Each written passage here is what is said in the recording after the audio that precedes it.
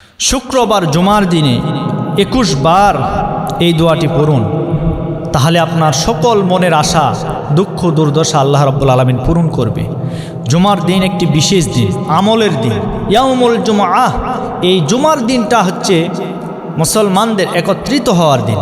আমরা যখন জুমার নামাজে যাই, দেখবেন আমরা 5 ওয়াক্ত ওয়াক্তিয়া নামাজে যেইভাবে 4 জন 5 জন 10 জন 20 জন করে আমরা নামাজ আদায় করি, জুমার ক্ষেত্রে কিন্তু এই নিয়ম না। জুমার ক্ষেত্রে নিয়ম হলো জায়গাটা প্রশস্ত হতে হবে, এরপরে অধিক সংখ্যক মুসল্লিদেরকে নিয়ে সেই জুমার সালাতটা আদায় করতে হবে।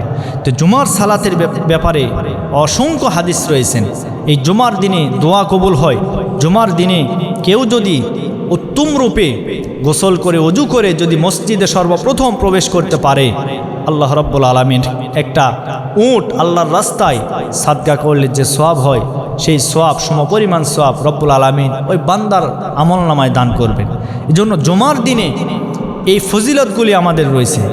এরপরে একজন ফেরেশতা মসজিদের দরজায় দাঁড়িয়ে থাকে বান্দাদের নাম লিস্ট করার জন্য।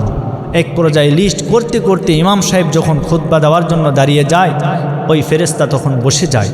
এজন্য এই নামগুলি আল্লাহর কাছে চলে যায়।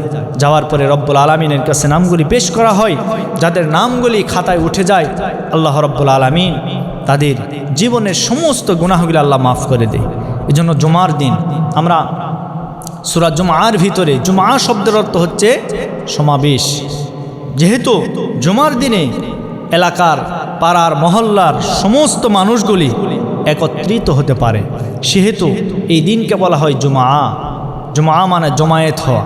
তো এই জন্য এই জুমার দিনে আসরের নামাজের পরে 21 বার যদি আমরা আস্তাগফিরুল্লাহ পড়তে পারি, আস্তাগফিরুল্লাহ, তাহলে এটা পড়ার পরে আল্লাহর কাছে আপনি ওই মুহূর্তে যা চাইবেন আল্লাহ আপনার চাওয়া পূরণ করবে। হতে পারে সেটা তাৎক্ষণিক, আবার হতে পারে পরবর্তী সময়ে আপনার যে চাওয়া, এই চাওয়া হয়তো কবুল করে নিবে।